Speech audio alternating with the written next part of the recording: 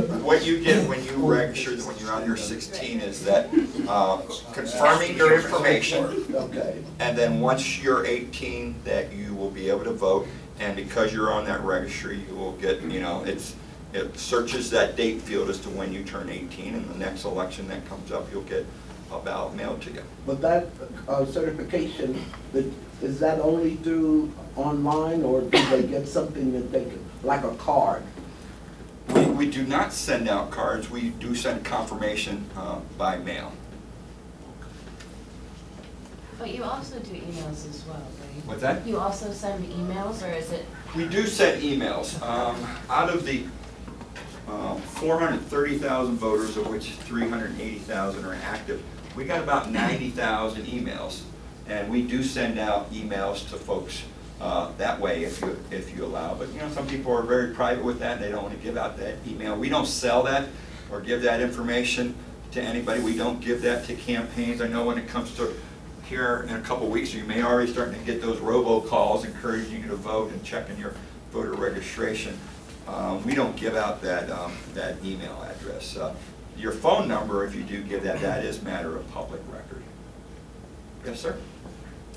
So since you switched to all mail-in 2013, what have been like the biggest challenges or like obstacles, point of confusion, anything with that system? Well, sure. I mean, there is a certain amount of confusion because we just enacted this in 2013, and for some people they tend to vote in presidential years, so there is confusion. You know, where's my polling place? Will I get a ballot mailed to me? So I know Ryan and his team spends a lot of time working with the press and the media and our website to inform voters. You know, we partner with the media and the like to try and minimize that. But people, if you're registered to vote, you will be getting a mail ballot. If you have moved, please update that. But if you like that experience of going to a polling location, let's say you got your ballot, say, but I want to vote, I want to go to a polling location. You could go to one of those 25 locations that we have listed on our website. You can, what you in essence do is surrender that ballot. We will print you another one. We'll cancel that one, and you can go in a polling booth and have that experience. If you know of somebody who a few days before the election hasn't registered to vote, they can come down and register to vote and get a ballot right over the counter and vote that, or they can vote that there. Or if it's soon enough before the election, then we can take that home and then mail it back. We do encourage people, to return. You can mail back, but we're saying the Wednesday before the election. Is that November 1st or 2nd? Yeah. To no longer mail it back, because like I said, your ballots have to go to Denver and come back, and it isn't when it's postmarked. We have to have it in our hot hands by 7 p.m. on election day. So if you're a week out from the election, we encourage you to drop it off one of our 24/7 drop boxes. We have 15 of those, and that's the way we've partnered with the city. We've added 2. We have one at the city administration building. The city's always been good about having somebody, and we had this little silver boxes out in their lobby, and you could drop it off there, but it's only on business hours. Now with the partnering with the city, we have a drop box right outside their location, so you can drop that off. It's my favorite box. I've been trying to get rid of it for 4 years. Chuck knows, and Wayne previously knew. I've been lobbying to get that box, so everybody was a bit astonished that I'm so excited. And then we partnered with another box up at Black Forest Road and Woodman, which is kind of on the edge of the city, but we're getting a lot of growth in there, so it serves the city there. It's at the park and ride there. So we have, well lit. All our drop boxes have to have 24-hour surveillance on them, so it's well dripped, well lit, and we got a camera on that, and that's been a pretty popular box there, and it's only been there for a short period of time. This is mainly for Sarah, but in the world of licensing, first of all, thank you for what you guys do. There's a story I could tell about you guys standing up for the law or standing up for city code and informing a contractor, so thank you. But there's another side, which is maybe an interest in deregulation, and I'm wondering if there's any area of licensing where you feel like it was very important years back when the licensing was created, and maybe now it's less worth the resources to enforce. Thank you for asking that. I'll try not to get on my soapbox too much about that. One of the things I did back in November of 2014 is actually go to council, because that's a big thing for me, is, you know, less red tape, trying to streamline, trying to make things efficient for my staff and for the public. But one of the things I did with council is we took 22 ordinances before city council, and that eliminated 10 license types. Like, we were still regulating coin-operated game machines, like when you put like 25 cents for the gumball or whatever, we were still licensing those, just as a big example. So council was awesome, and the mayor also awesome for signing it. So that's an example of completely going through line by line of our entire business licensing code and going, what's required? Let's go by look if it's dual state, like liquor and MMJ, state license, we license. Let's find out if we're putting up extra hurdles that we shouldn't put up, or that now the law has changed over the years and no one noticed, you know, those kind of things. So we eliminated 10 licenses that just really made sense, truly made sense back in whatever was the 1920 era license, truly made sense. The previous clerk had tried over the years, and, you know, to no avail. I just hit the timing, you know how everybody says timing's everything, timing was right. So we got rid of those and we streamlined a lot of the processes. So definitely encourage you to kind of go out there and look at what we license and look at our licensing applications. We streamlined a lot of that. It was kind of a point of, if we're just getting information and throwing it in a file, why? You know, so to speak, if it's not legally required.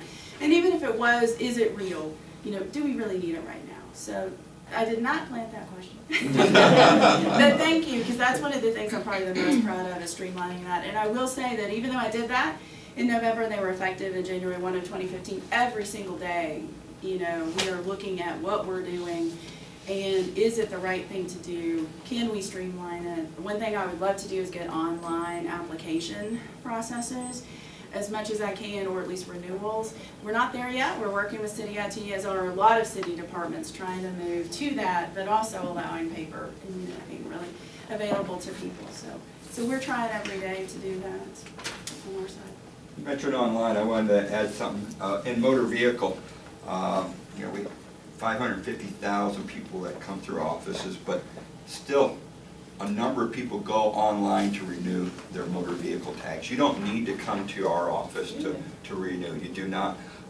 Even though we have a fairly short average wait time, 23 minutes is what was the average the first half of the year, we still have half the people who can renew, who come into our office. The other half, they go online, or you can renew by phone. You don't have to come into our office. So I like to encourage people, you know, when you get that card, on the back of that card, when you get the renewal for your vehicle, there are options there. There's a phone number. There's also the link to, you can renew online, and we encourage you to do that, because while we were very rapid the first half of the year, we had a major hailstorm on July 28th. My car was affected, my roof of my house was affected, as many others, 50,000 homes and 21,000 motor vehicles. So all those customers are now coming in because they're buying new vehicles, replacement vehicles. So we have gotten very busy in the last 45 days. So if you can renew online, skip the wait, shorten the wait for yourself. Chuck, was it your car that was renewed? No, Ryan's, yours was 2 years old, right? Yeah. But we had a number of people who just purchased it. My son-in-law, he had just purchased a car, and it got pelted. So it's unfortunate, but you know, we're very busy. So let your family and friends know that you can renew online or call our office. Yes. So if you renew online, how do you do that? Do they charge for the credit card thing? There is a fee for the credit card, but you can do electronic check. That's just $1, and that's worth the saving of the time and the gasoline to drive to us. So yes. I have another question about the voting. There's been a controversy about voter ID in some of the other states and stuff. How does that work here?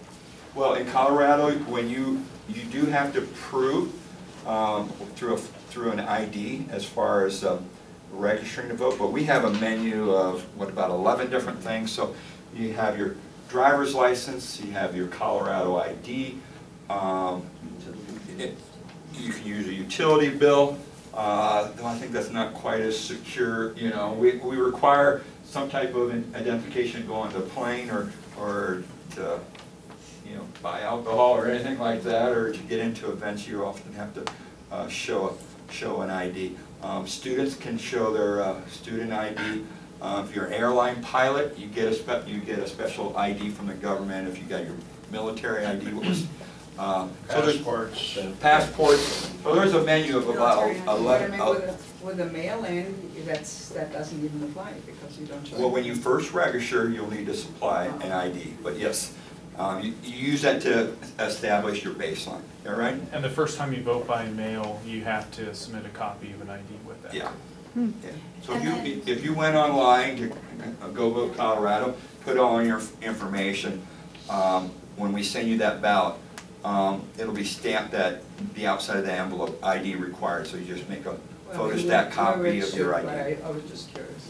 And then keep in mind, you know, there's a section on the back of the envelope where you sign your ballot. So all the ballots go through a signature, Chuck's and mine go through signature verification. So we get our voter registration data and signatures, and that's another partnership way that we have with the county. And Chuck does the same thing. They're verifying that signature on that envelope with what's on file. And if it does not match, and granted, if you signed it, you know, my signature today doesn't look at all like my signature 4 years ago, for example. So they are trained, you know, the judges are trained to look at that. So that's an extra security step, that those signatures have to match.